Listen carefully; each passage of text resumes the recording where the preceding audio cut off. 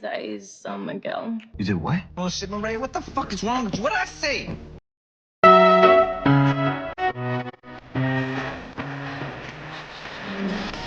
Let's make this clear. If I do this, I'm straight. I'm 100% back in CBI. No ifs, ands, or buts about it, right? I am dead in here without your help. What up, what up? Welcome back to the channel. I'm J. We are locked in. This is the recap for episode 3, Tariq Book IV Force. And Tommy, well, he done got it sparked up again. Tommy is not playing around, and we seen young D-Mac learn from his uncle, and he had a whole grenade and blew a Cadillac up. I'm talking about the streets of Chicago are no longer safe. It is okay to call the police. Now, before we jump into this and we break down episode 3, if you like power content, theories and predictions, breakdowns like this, then hit your subscribe button, turn on the notification bell, hit that like button. Let's get to 60,000 subscribers. Tommy has a lot on his plate. He even linked up with the Serbs to try to fill that void after Mirkovic has been knocked off, while Claudia is becoming the queen pin behind bars. But let's jump into it. This is the recap of episode 3, Book 4 Force. Pulling up to the barbershop, Diamond hops out, but when he gets to the front door, all you can hear is flies buzzing, and you can look at his face and you can tell he smells something rotten. Well, it turns out it's Chavo's body, who got shot up at the end of episode 2 last week, and they left him in front of the barbershop and no one said anything. So he has to discard this body, but when he goes inside, he ends up talking to Tommy, and they're talking about Chavo getting knocked off and knowing that this hit came from Ortega as get back. So Tommy is telling Diamond, look, okay, we lost Chavo. They made the most money, but go and tell DSD we got their back, even though Chavo's gone. So right now, what they're trying to do is let everyone know in the coalition that we're still here and we still have a presence. So don't fall off. We got your back. Vic is staying over at Ray's house. After they had some wine and french fries, it turned into a little wine and dine. Dine in, that is. But in the morning, Ray's getting ready to go to work. We know Vic doesn't have a job, so he starts snooping around her purse, trying to get into her tablet. He doesn't find anything. Everything's locked up. But when he goes into her purse, he realizes that she has some opera tickets for the West Side Story. So he's trying to get close to her, but she's telling him, you're not my type. I'm a politician. I'm into politics. You're just a one-night stand. But Vic does have some information about the things she likes, and that's the West Side Story opera. Chavo's crew is down bad right now. He done got knocked off, so his boy Izzy shows up, and he's like, man, what's going on? He's like, we need some get back. We need answers. Tommy's trying to tell him, look, Izzy, we got your back. Matter of fact, here's some money. Split this up amongst the crew. But we're going to get at Ortega also. We got a few connections. We might be able to get in touch with him. Even though he's in solitary confinement, we got our ways. So Izzy's a little hesitant because we're in the coalition. But if one thing happens to us, that means we're all supposed to be down, right? Well, that's what Tommy and Diamond are ensuring. Now, at this point, they don't have any connections to get to Ortega because he's in solitary confinement, but they'll figure that out when need be. So Izzy, he's confident, but he still wants some get back. Mireya goes and pays a visit to the family house. When she gets there, Cynthia's there. Now, Cynthia got caught up by Miguel before he started making some runs in the streets. These two, they connected. They're kind of like sisters. They love each other. But Miguel comes in here, and everything that's been going down between him and Tommy, he still wants Tommy out the game. But what he's doing is sucking up to his sister and saying, you know, I apologize for everything. And she's letting him know, you know, I love you. I'm always going to love you. You're my brother. But I also love Tommy, and I'm not going to let you mess that up. But Miguel has to play it cool. So Miguel is telling her, I apologize, and I hope you can forgive me. Mireya forgives him because that's her sibling. And then it turns out he done got a pig named Big Bertha. Claudia's in prison. Claudia is on laundry duty. She's supposed to be folding stuff up. Well, there's a crew of women that come over there, and they disrupt everything. What's up, you white devil B? I said, oh, here we go. Claudia walks up to her and she's saying, when your bodyguard leaves, we on your ass, Claudia. Claudia said, you won't do nothing. You didn't finish me off the first time, because she's the one that stabbed Claudia at the end of season 2. Claudia recovered from it. And Claudia's like, I'm standing on business. What you gonna do? But neither one of them do anything. They both scary. Anywhere else, this would have popped off right here, right now. But both of them, they staring each other down. And Claudia with one security guard is tougher than this woman and 3 of her homegirls. Diamond and Jannard have been trying to plot on how they're going to get D-Mac the hell up out of here for the longest. It hasn't worked. So right now, they're talking about, okay, how can we lure him in? How can we get him knocked off? And Diamond is saying, you know what? Let's have him rob the 9-7s. Now, the 9-7s is a crazy game. I'm talking about they wild and they got dirty cops working with them.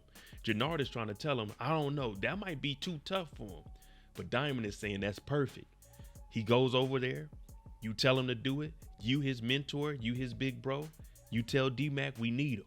He goes over there. He takes them out, but hopefully he gets popped. And then that way we get rid of him and CBI's hands aren't on it. So Jannard, he's thinking about it. He's like, all right, you right. I like the way you've been thinking. Jannard is getting closer to Diamond, and it's going to be hard for him to actually turn on him and take him out. That's why Shanti keeps asking him, are you still down? Jannard goes to put the play in motion. He shows up and talks to D-Mac and Marshall. Now, Marshall, from the get-go, he's like, I don't know about that, because Jannard is talking about going to rob the 9-7s, one of the most craziest gangs outside of the coalition. D-Mac, he's like, all right, well, okay. They work with the police. All D-Mac's worried about is getting back in CBI. So he makes it clear, if I go and rob them, do what I need to do, and don't tie it back to CBI, will I be in CBI? Jannard said, hey, man, you in there. Marshall's in the back talking about, nah, man, they crazy. I don't want to do this. D-Mac said, put me in. I'm trying to be CBI for life.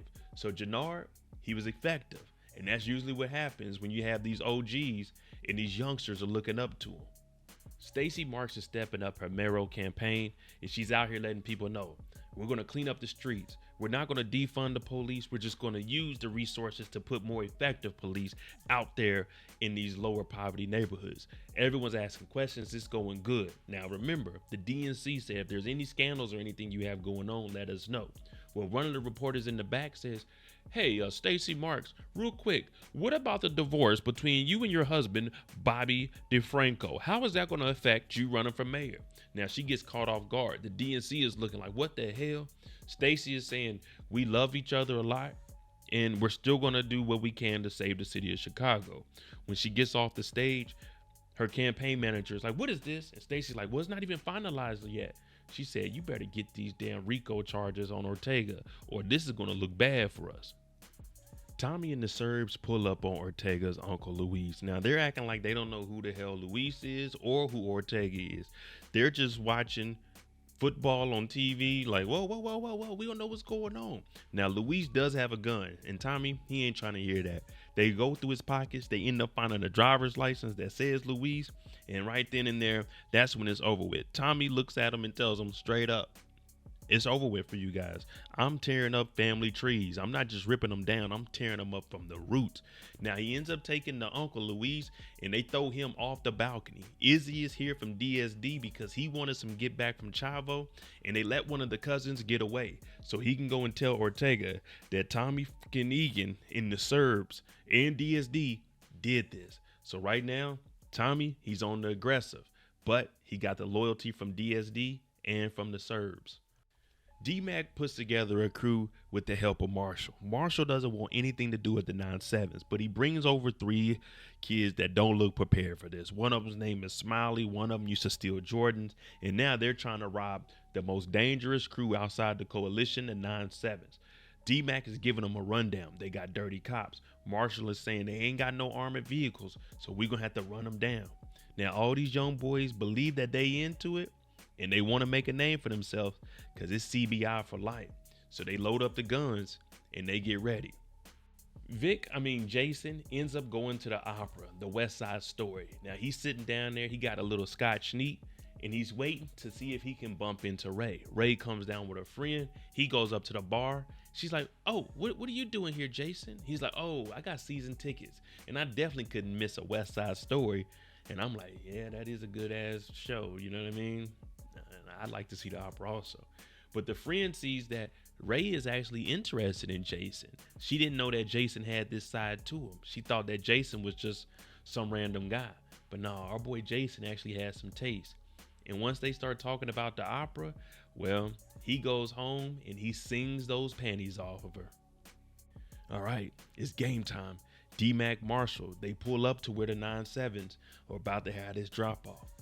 D-Mac's in there, he money hungry, he want to show Genesis that he really like that. Marshall like, man, we need to get focused, brother, or we ain't gonna make it. Well, the Cadillac pulls up next to a cop car, just like Jannard said. Now, Bones' cousin flipped and also gave them some information, and everything that he told them is perfect. And well, it's go time. Little does the 9-7s know, D-Mac has a grenade. They put on their ski mask, they pull up, they hop out, they got the guns, and well, one thing leads to another. The cop car gets shot up, it drives off the road. Then they stop the Cadillac, they get out, boom, boom, boom. They lay one of the 9-7s down, boom, boom, boom. 9-7 lays down one of the CBIs. Then they get everything out the car. D-Mac throws a grenade, boom. YN for life. Mo Hitter was hired by Miguel to take out Tommy. Well, Ortega and them pull up on him, give him some money, and tell Mo Hitter, don't even go after him. We good. Here's your money. Well, it turns out Miguel is watching. They pick him up. They take him back to the crib. They start torturing him. They're asking him, who do you work for? He ain't saying nothing until they cut his finger off. Then he's like, well, let me tell you, I work for Ortega. I'm not going to lie to you. He's screaming and stuff. Well, Miguel ain't trying to hear that. Now that he knows you work for Ortega, he tells his right hand, go ahead and finish him. And he takes that finger and feeds it to his big. Big Bertha is eating good. Plus, she's going to get the rest of this guy's chopped up body. Claudia doesn't have any security while she's in jail. Remember those girls that approached her earlier? Well, they're back. And this time they're here to finish off the job. They go in there. The head of the crew tells them to turn on the washing machines because this is going to get loud. It's going to get ugly. And we're going to have to clean this up a little bit later. But none of the girls move until Claudia tells them, turn on the washing machines. So the best thing that happened was, now that Claudia isn't up under Ortega, she has her own money and she paid the girls to be on her side. So Claudia turns around and the same one that shanked her, she caught a couple to the stomach and the white devil bee walked off. Smooth. Jannard and Diamond are wondering what the hell happened to D-Mac. We ain't heard nothing. We just heard that 2 bodies had dropped. We supposed to make sure that D-Mac is out of here. Well, D-Mac ends up coming down the stairs like, what's up, y'all? I did that. 9-7s, they ain't got nothing on us. They like, oh shit, you alive? D-Mac is like, yeah, man, I risked my life to do what y'all told me to do. Why aren't y'all happy? They like, nah, we good. We just wondering, if we gonna have enough people.